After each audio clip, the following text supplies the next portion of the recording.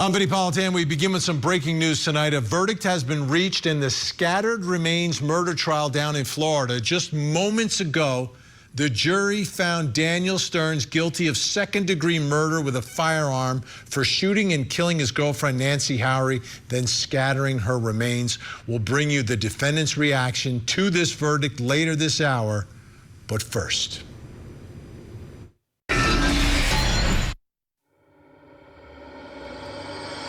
In May of 2021, 4-year-old Cash Gernon was abducted from his crib while sleeping next to his twin brother. Hours later, his body was discovered nearby, gravely wounded. The accused was an 18-year-old named Darren Brown, a troubled young man who had previously spent time in the house where the abduction took place. Brown was charged with capital murder, kidnapping, and burglary, and was facing the death penalty. And now, on the eve of trial, Brown took a deal from prosecutors, sparing his life. Tonight, we have the latest from court, including victim impact statements. But first, Mark Sanchez, once a star at USC, whose arm led the New York Jets to playoff runs after being picked 5th overall in the 2009 NFL Draft, parlayed a 10-year gridiron career into a media persona, analyst, broadcaster, and personality. But this weekend, his name hit headlines not for a touchdown pass, but for a violent confrontation in downtown Indianapolis. Late Saturday night, Sanchez was involved in an altercation with a 69-year-old truck driver servicing a hotel. Video and witness statements say Sanchez, allegedly intoxicated, confronted the man and physically assaulted him. The driver responded with pepper spray, then a knife. Sanchez was stabbed multiple times in the chest and hospitalized. The other man suffered serious facial lacerations. Sanchez was discharged from the hospital and then arrested. Tonight, we have all the latest in the investigation and the case against celebrity athlete Mark Sanchez. I'm Vinny Politan. Great to have you with us here on Closing Arguments. This story is strange, bizarre, and kind of out of left field, but it's a criminal case. I want to begin our discussion, though, talking about a golden athlete out of the University of Southern California.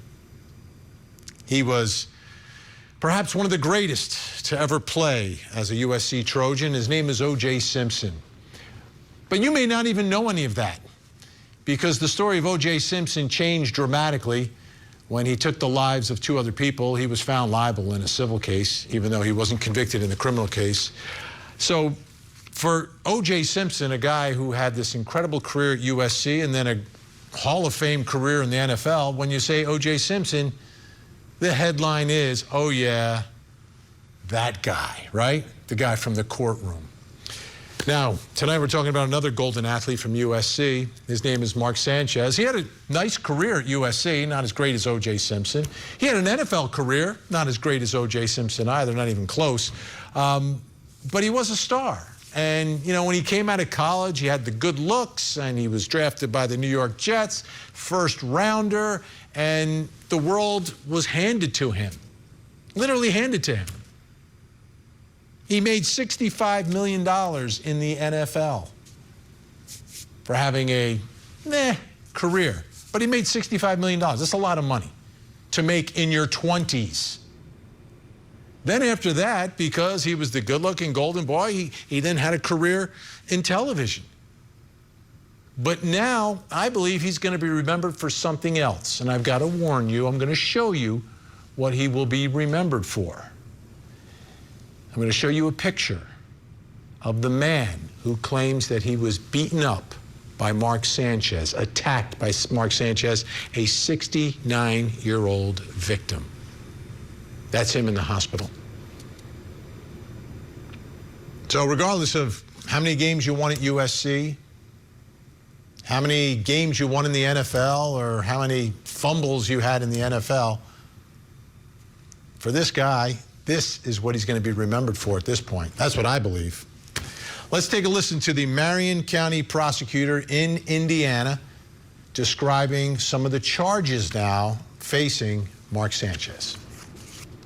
For those of you who are certainly familiar with how the criminal justice system works here in Indianapolis, on Saturday we were presented and submitted a probable cause affidavit from IMPD that kind of contained an initial outline of the allegations that occurred early Friday night, early Saturday morning involving the defendant Mark Sanchez. An initial probable cause affidavit was filed and we made a preliminary charging determination based on that information. As is always the case, Chief and his team continued to work on this matter, continued to track down additional details for us and really supplemented that probable cause affidavit. I cannot say enough good things about the work that took place at IMPD. There was a ton of information to sift through and gather. Did an excellent job of acquiring that information. And as a consequence of that effort, we received an amended or an additional probable cause affidavit this morning. Again, this is something that happens in virtually every case here in Marion County. And with that additional information, we have added more serious charges against Mr. Sanchez. At this point in time, we have filed a felony charge, a level 5 felony of battery involving serious bodily injury, which contains a penalty of 1 to 6 years. One of the things that I want to stress to everybody is that we are still in the early stages of this investigation. Chief and his team have a number of search warrants that are still outstanding. They're still tracking down additional information. This is by no means the end of this investigation. This by no means that these are going to be the final charges that we move forward with.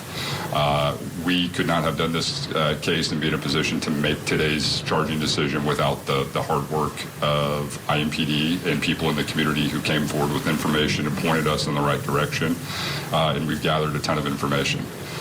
One of the challenges you have in a case like this is the fact that you are dealing with individuals who are receiving medical care. And that's obviously the most important thing, that individuals are treated appropriately. But once we were provided with additional information about the victim's current medical condition, it became clear to us that additional charges needed to be filed. There's a supporting probable cause affidavit which was filed with the court today, which outlines the additional information which we have received thanks to the effort of IMPD, and that's why we were able to file the charges. A couple of things just about this incident.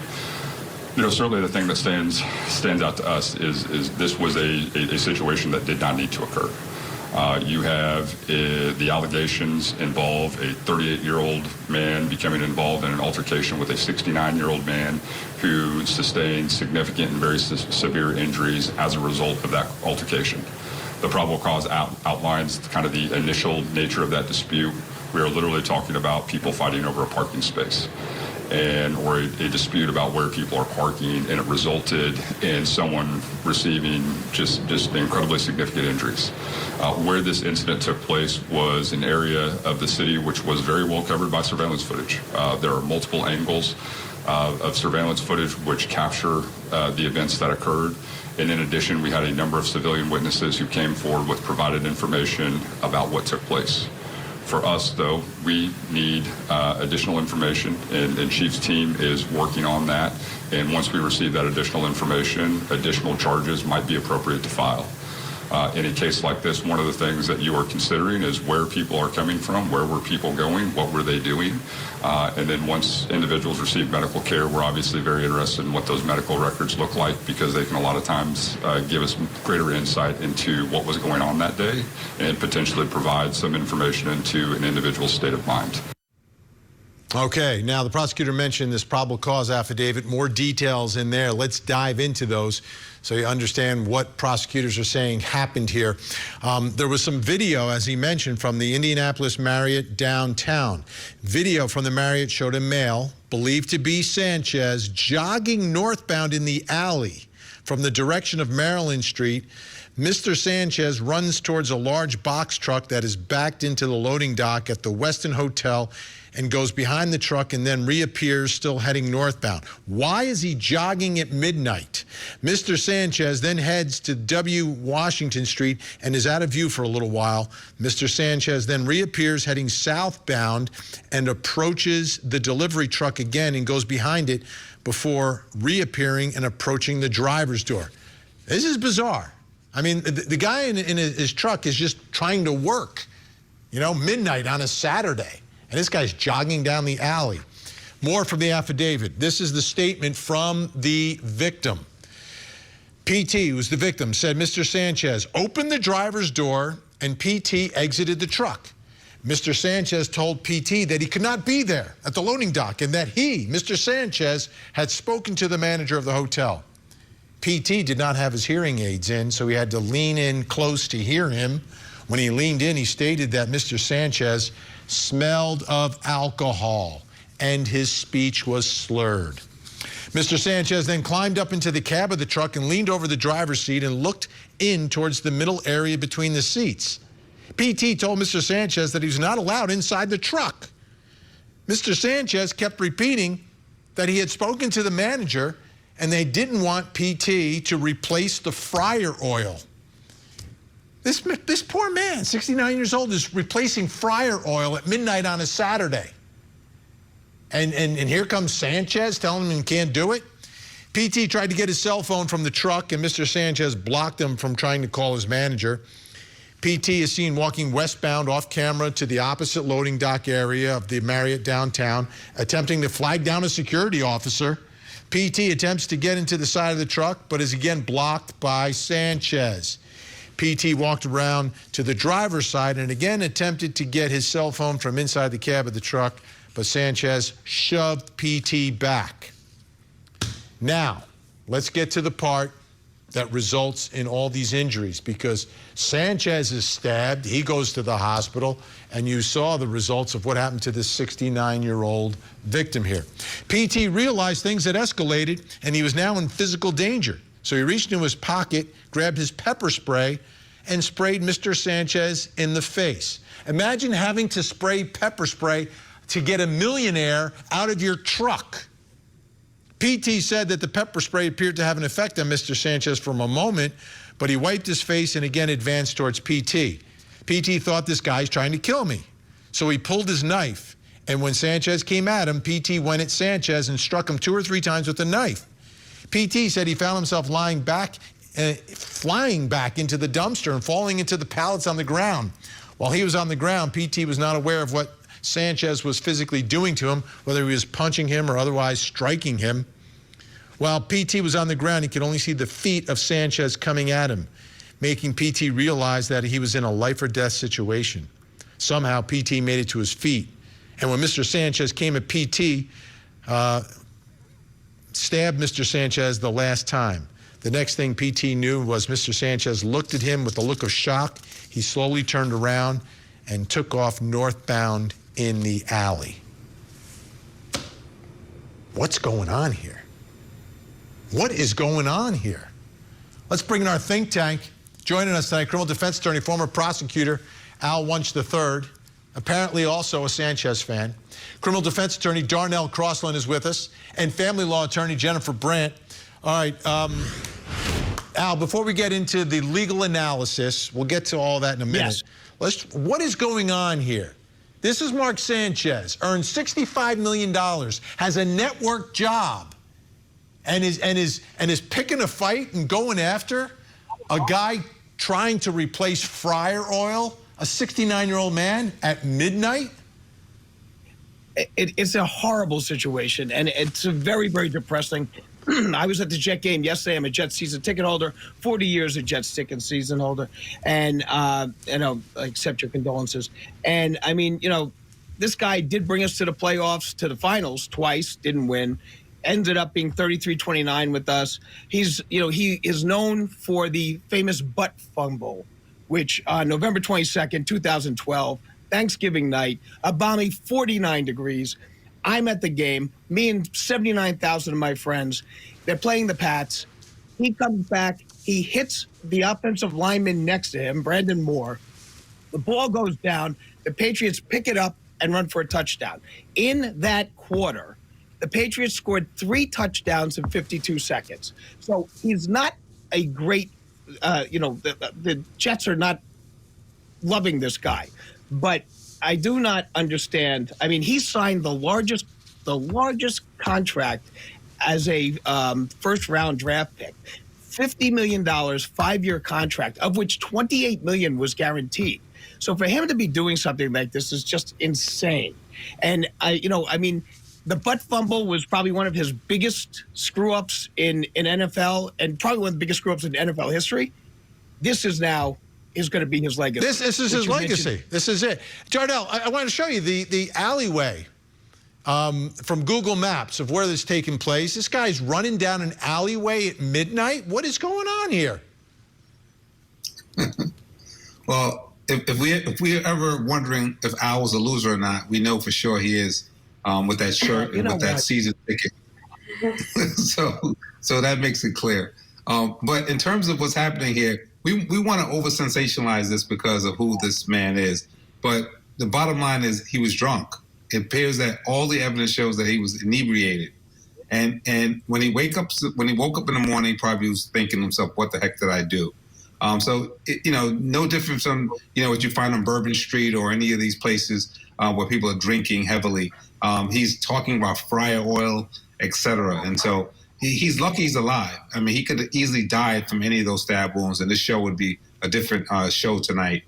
So again, what's important, is that, he was drinking, he was out of his mind. His defense is probably going to have to raise that as an issue. He's facing 1 to 6, which means there's a mandatory minimum of 1 year. And so we'll see where it goes. Jennifer? What? Well, no matter what Al, I don't understand this behavior. Al thinks about the Jets, it doesn't matter what Al thinks about the Jets and wearing his jersey and all of that. I mean, Mark Sanchez hasn't played in a while, and I think I agree with Darnell. He seemed like he was inebriated. That's the report. That's what the driver testified or, is saying. And it appears from his actions that something was definitely up for him. But he did get stabbed. I mean, and this is a serious case because, as Darnell pointed out, he could have died, and he's lucky to be alive. Why he was going to pick on someone who was, just doing a job, and I don't know. As the prosecutor said, or they said that, or the investigator said that it was about a parking space, but it appeared that Mark Sanchez didn't even have a car. He was just running down the street.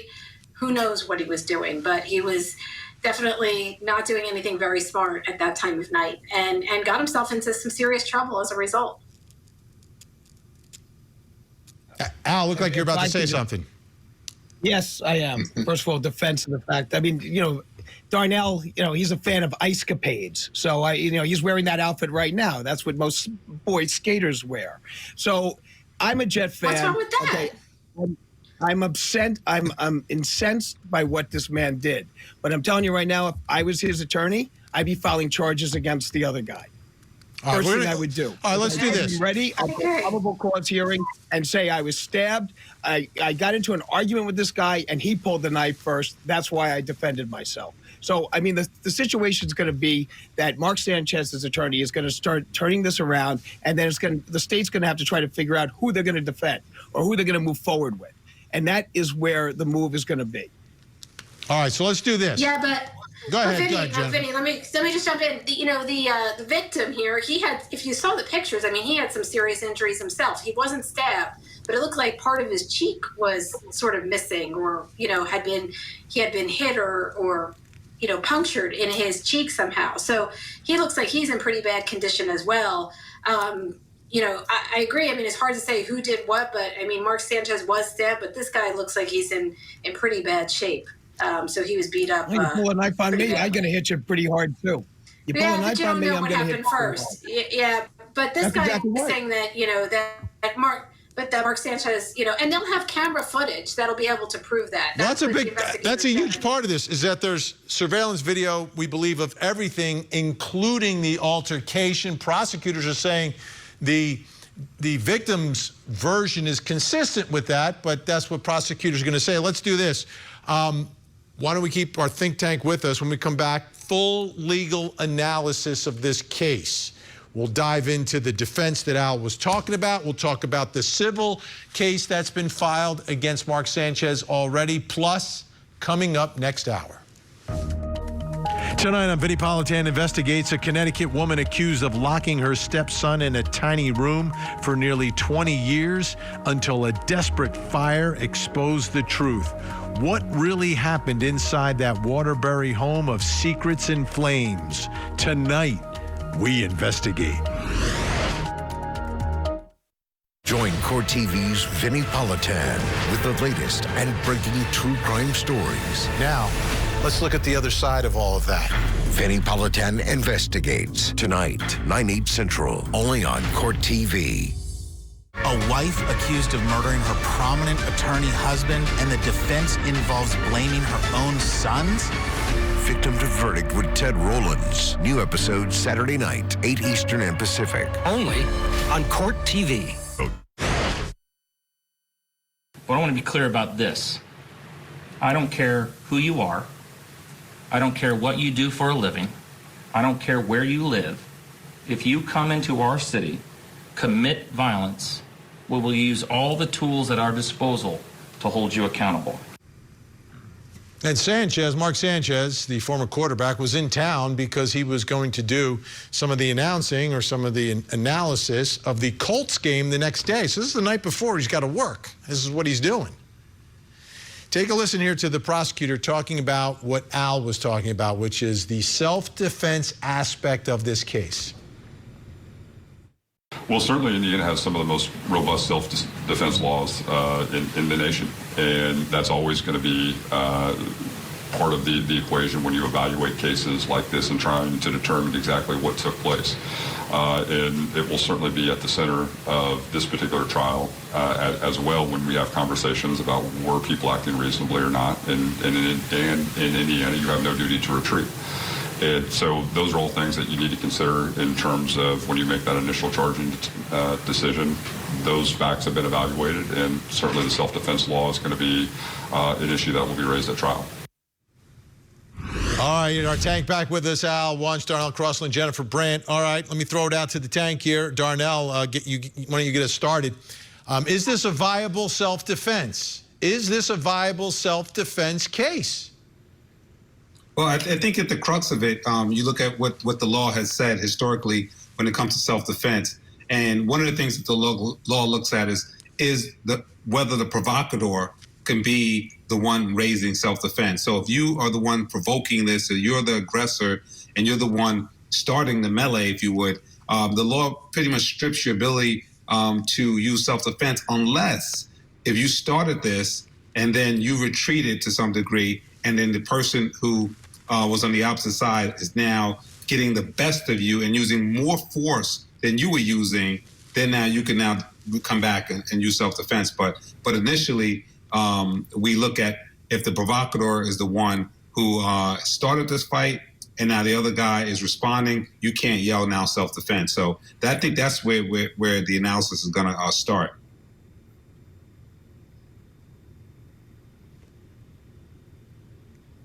I agree with that, Vinny. I think that's right, and I think that's why they're bringing the charges against Mark Sanchez that they are, because, I mean, from what we hear and what we know so far, I mean, he was the one that got into the truck to begin with, and the driver, he was just doing his job. I mean, he wasn't out there jogging in the alleyway or in the street, and it doesn't seem like he approached Mark in any way. It was sort of the reverse. And he wouldn't get out of the truck either. So it seems like, how could he now claim that it was self-defense on his part? I think that's why they're bringing the charges that they are. We've heard one person's version of what happened. We didn't hear Mark Sanchez's version of what happened. And another defense that I think could possibly come up is that the guy's got the vehicle there, is making a lot of noise. Mark Sanchez is trying to sleep, okay, because he's got a big day tomorrow. And maybe he had to take some Ambien to try to sleep, and then maybe some alcohol with that. And then this might be an Ambien.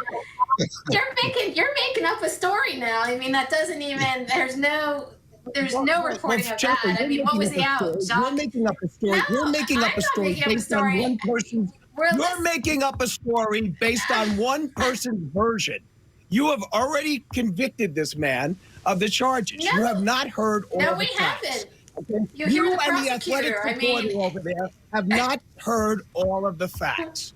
Okay, so when you've got a Well, situation, you're where making you hear up all the things facts, now that he's go taking forward. Ambien and No, he's I'm not. smoking in the We're talking alley about- because he We're couldn't say. talking about potential defenses in this case. I mean, maybe you didn't hear the topic. That's the topic, and that's what I would be going forward as a defense attorney, which would be my job. Vinny, I think the only thing that Al is missing is that it's not a defense to say that he was using alcohol or Ambien and that sort of messed with his mental space. It's just a mitigator to say, in terms of an element, he may say that he was unable to form the intent because he was on the alcohol. But Jennifer and I think we're spot on that the idea here is that you can't start stuff and then claim self-defense unless the person switched it back and became the Mike Tyson of the fight. So that's it. If So I tell you if to Al move is your car, if I'll Al tell you was to move looking your towards car. if he's intoxicated or not, that only goes to whether he can form an intent. But this is not, one of those type of crimes that we have to look for specific intent. All right, let me ask you guys this. Eric May is the civil attorney for the victim in this case. Right there. Let's take a listen. He has been released. He's back at home with his wife and just recovering at this point. I mean, obviously, there's going to be a lot of medical care that he's going to continue to receive in the coming days and weeks and months. I think the picture that's circulating right now of him in the hospital bed really depicts the degree and the severity of his injuries. It's just a heck of a thing. So he's recovering. His speech has been greatly affected by this with the injuries to his mouth, jaw, and face. So he's very early on in the process of recovering, but we're hopeful. All right, what impact, if any, does the civil case have with the criminal case? The criminal case with the civil case here. Al. Huge. It takes away his credibility. This man's so hurt, he called a lawyer. He had trouble talking, but he got a lawyer there. What does that tell you? It's a profit motive.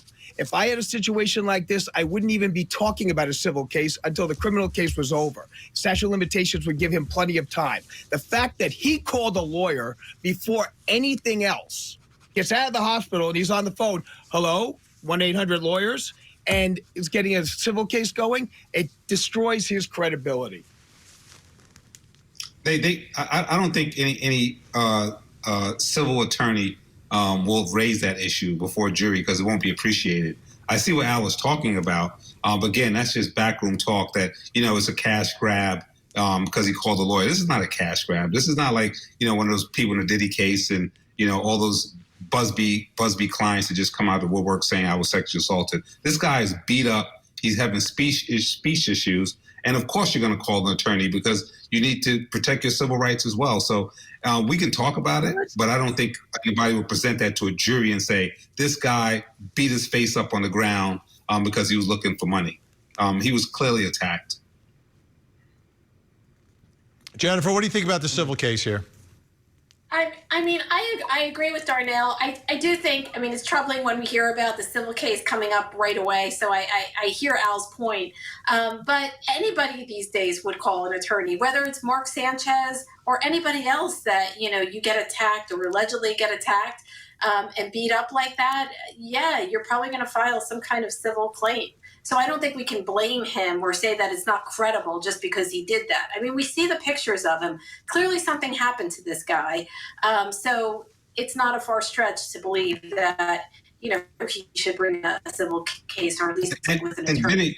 And, in terms of talking and that kind of thing, it seems like he can talk. So I don't agree with Al there. Just one last point on the timing of when you call a civil lawyer as well. These days, you have to send a letter requesting preservation of video, et cetera, because even though you have 2 years, you don't want to wait till that time passes and then you don't have the videos preserved, you don't have the evidence preserved because it's wiped out or had a 90-day lap. So it's very important in a civil space to get in and to start preserving this evidence. So I think that was diligent. Diligent, right. So the prosecutor's office isn't getting any of this video. They're not doing any investigation. They're just saying, well, let the civil attorney do it. Come on, Darnell, wake up. This is a cash grab. The fact that this guy didn't even call a criminal attorney saying maybe there's going to be a self-defense issue against me. He calls a civil attorney? Come on. You know what? That takes away look his at credibility whatsoever. him. If I had a jury, He was clearly and I'm beat up. talking about in the criminal case. Excuse me. If I'm talking about in the criminal case, I would be destroying that guy based on the fact. So the first thing you did when you got out of the hospital was what? I called the lawyer. Oh, really? Isn't that interesting? So, you know, that the time frame with regards to any type of notices for civil rights, who's he's going to sue? The city? Come on, stop that. There's no tort claims notice on this type of a defense or this type of a personal injury case. Anyone know what the case would be worth? I mean, Sanchez has millions and millions of dollars. 69 years old, gets pummeled. We see the results of all of this. Put a number on it, Darnell. One of the things one of the things, you look at the person's age and earning potential. So he's pretty old. So that would limit some of it. However, the good thing we remember here is if you die, the case is worth less. If you're alive and you have lifetime injuries, then the case is high. I will put on this case as a good settlement based on the injuries and the tax and his wealth, $20 million. 20. Oh, Jennifer. I would say 10. 10. Al, where are you on this one? They'll settle it for 1.5, okay, because we don't know what the extent of his injuries are. So it's too early to really tell, but I'm going to go 1.5. And what would be justice here if this story is true, right? And it seems like everything is lining up that way, but obviously there could be a trial. What's justice here? Does Sanchez get prison or jail time for this? It's a first offense. I want to say no. He had a prior situation when he was in college, but they was exonerated from that, so he's got no other criminal offenses. I don't think he'll necessarily do jail time on it, but I mean, the worst thing is going to happen. He's going to lose his contract with Fox. Oh yeah. So from that standpoint, he's already been inflicted a great amount of a penalty. But you know what? If he did do this, if he did this to this man, he deserves to be in prison. I'm not going to say that that's not the situation. Or he may need, if he did it, he may need some help. I mean, he may need some help. If he has an alcohol problem, then maybe he needs. I think there's got to be a problem. This is he's got it. You know, he works once a week, and the night before he's out doing this. It's to me, it's unreal. All right, think tank staying with us. Democrat, he'll keep his job in Fox. You don't think he's done? When we come back, another child killer gets a plea deal. This is like a pattern here on Court TV. Every child killer coming up to trial gets a deal. We'll talk about it next. Initially, we had planned to go forward on the insanity defense, right? Yes. We really believed that we could win on the insanity defense, right? Yes. But after looking at some of the evidence, some of the other doctors' reports and things of that nature, you decided that you wanted to accept responsibility and plead guilty to murder. Is that correct? Yes. And you understand we could still go to trial, right? Yes. But that's not what you want to do. That's not what I want to do. You know, there's a temptation to have incredible, to feel bad for this guy, Darren Brown, in the courtroom there. The problem is he murdered a little boy. And the moment that little boy, Cash Gernon, was taken from his crib, it was all captured on video. And it was put on Daily Mail. And I think we have it for you. Let's take a look.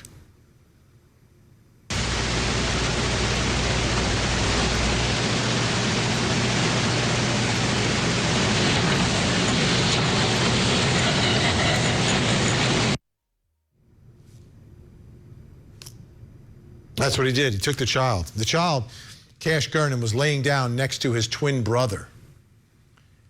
A couple hours later, after he murders Cash, he comes back into that room looking at Cash's twin brother, but for some reason gets startled and leaves without taking that child. Unbelievable. Today, he got a deal, though. It was a death penalty case. He got life. You saw what he looked like inside of the courtroom. Let's bring back in our think tank. Al Wunsch III, Darnell Crossland, Jennifer Brandt. Jennifer, you look at them, you could tell there are obvious issues here, but I don't think it was legal insanity. Like, he knows what he's doing was wrong at the time. Now, I don't know where he is mentally or why he is the way he is, but obviously dangerous. He murdered this little boy. He attempted to grab another little girl like 2 months before that. We're now 4 years later. What are your thoughts, though, about giving him a deal? Was this justice today, giving him a deal for life instead of a trial facing the potential of a death sentence? There's never going to be justice for this child. I mean, innocent child taken from his bed. I mean, what a nightmare, both for the child, his brother, his father, his family. But I think the father had said that, at first he wanted, in the victim impact statement, he said that he wanted to pursue the death penalty, wanted the court to pursue the death penalty, but actually then thought about it and said, he would rather see him suffer in jail for life. So I guess if there's any justice to be had here, maybe this is the right outcome. If this is what sort of the family wants, then maybe it is the right outcome. But how can there ever be justice for when you have a crime like this? It's just horrific. Yeah, we've got a little string here, Darnell, of death penalty cases resulting in plea deals. I get it on one hand, but I don't get it on the other. What are your thoughts here? Well, I hate to admit, but I think of Al when I hear these cases because I know he's strong. He has strong opposition to the death penalty. As a Republican, I don't have that same feeling. However, I have to look at these cases as individual cases. And so if the idea here is to keep the city safe and keep the people safe, then life in jail, real life, without the possibility of parole, natural life, will keep the community safe. And if the father feels like this is some retribution because now he has to live with what he did as opposed to taking the easy way out via death, then that's what the victims are requesting. I would add that the Eighth Amendment prohibits cruel and unusual punishment. And the string of cases that we've seen basically say that if the person is so mentally retarded that they can't appreciate the death penalty, then that will be cruel and unusual. And they go on and give a lot of other verbiage about this. When you look at this guy talking in court and his lawyers getting him to respond to the canvas, he clearly has some mental issues. And I don't know if he would have appreciated the death penalty. So I do think that probably was the appropriate legal space to be in instead of spending all this money on death penalty for someone who can't appreciate it. And again, might be an Eighth Amendment violation subject to all sorts of appeals. So to get closure, I think this is appropriate legal remedy. Al, before we hear from you, I want to take a listen to this statement that Cash's father, Trevor Gerson, gave. It is with great sorrow that I stand before this honorable court today, prepared to address the monster that has single-handedly altered the course of so many lives. My name is Trevor Gernon, the father of Cash Gernon and the victim of your heinous, cowardly act. What I hope to achieve by making this statement is twofold. First, that you will recognize my son, Cash Gernon, as a person, a human being, loved, valued, innocent, and not an item to be discarded. Second, I want to brand your memory with the name of my son, Cash Gernon, so you never forget he gave his life to ensure that you will never again have the opportunity to victimize another innocent member of society. What I'm forced to do today, no parent should have to do, but you defiled the sanctity of our family. And as a father, I'm obligated to advocate for my son, Cash Gernon, so I stand prepared to be his voice and zealously defend his memory. My son, Cash Gernon, was the apple of my eye. He was my legacy, the continuation of the Gernon line, which you have shattered. Your cowardly act has reduced me to a fraction of my former self, and all that remains is a hollow shell of a man fueled by the guilt of failing to protect my child. This statement is my son's defense and should be communicated a clear message. As a father, I would have given my life defending his, and from this day forward, my life will be spent carrying his memory in a way that will impact the lives of others. Initially, I was in favor of the death penalty, but my son's death wasn't painless or humane. You made sure of that, so now I'm opposed to you having the option to leave this world without first living out the days that you stole from my son, Cash. Al? Well, Vin, I just want to address one thing because I'm getting some feedback. I am not wearing, Mark Sanchez's jersey. I'm wearing number 42, which is the one that Englewood's own Bruce Harper wore, and now Don Bosco's own Tom Hennessy wore. So I just want that to be clarified. People keep thinking I was wearing that Mark Sanchez's jersey. Not the situation. This is such a horrible, horrible situation. And Darnell using the R word, I haven't heard that in quite some time. But this individual that is the defendant in this case is obviously special needs. He obviously was almost like Forrest Gump up there. And I don't know how you could put that person to death. I think life in prison without the possibility of parole is the right move in this. I think that the family understood that this is a situation where this boy is deeply disturbed. Not enough that he could use it as a defense, but certainly enough to be able to take the death penalty off the table. My heart breaks to hear what the father's words were, and that he had someone else read them, because I'm sure he would not have been able to read them himself. And then his twin brother, what they have to go through. It's a horrendous situation. But to put them through a death penalty and then all of those appeals and everything down the line just keeps going back and forth and back and forth. Case is over. This individual, he is a monster, but he's never going to be out again. And that's the right decision in this case. Yeah. All right. Big thanks. Al Wunsch, Darnell Crossland, Jennifer Brandt. Great job as always. Appreciate it. When we come back, I will reveal something else you absolutely need to know tonight. Plus, coming up next hour. Tonight on Vinnie Politan Investigates, prosecutors call it torture. The defense calls it survival. Did Kimberly Sullivan imprison her stepson out of cruelty or out of fear? Tonight, we investigate. Join Court TV's Vinnie Politan with the latest and breaking true crime stories. Now, let's look at the other side of all of that. Vinnie Politan Investigates. Tonight, 9/8 Central, only on Court TV.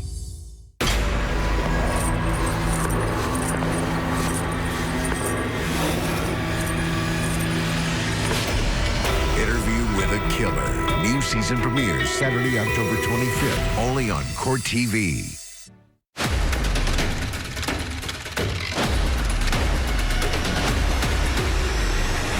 Time to reveal something else you need to know tonight. Let's take a look at the big board.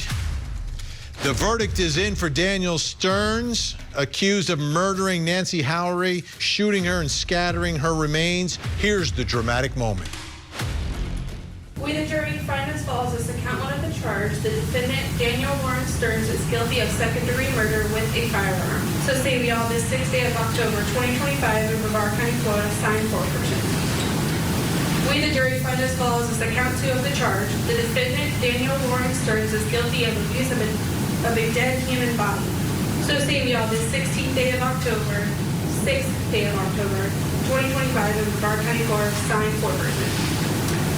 We, the jury, find as follows as to count 3 of the charge. The defendant, Daniel Warren Stearns, is guilty of tampering with a physical evidence. Sentencing is scheduled for December 3rd. Again, guilty of second-degree murder with a firearm. All right, folks, I need you to take a look at your television screens. We have a missing child who needs your help tonight. Jeremiah Host is his name. He is 17 years old, missing out of Indianola, Mississippi. If you see Jeremiah, here's what you need to do. Pick up the phone, make a call, make a difference. You call 911, 1-800-THE-LOST, or you can call the Indianola Police Department. That phone number's on your screen right now. Please take a look. If you see Jeremiah, let's see if we can get him to a safe place tonight. Don't go anywhere. We have another hour of live true crime. Vinnie Politan Investigates is next. In the meantime, please don't forget to hug the kids.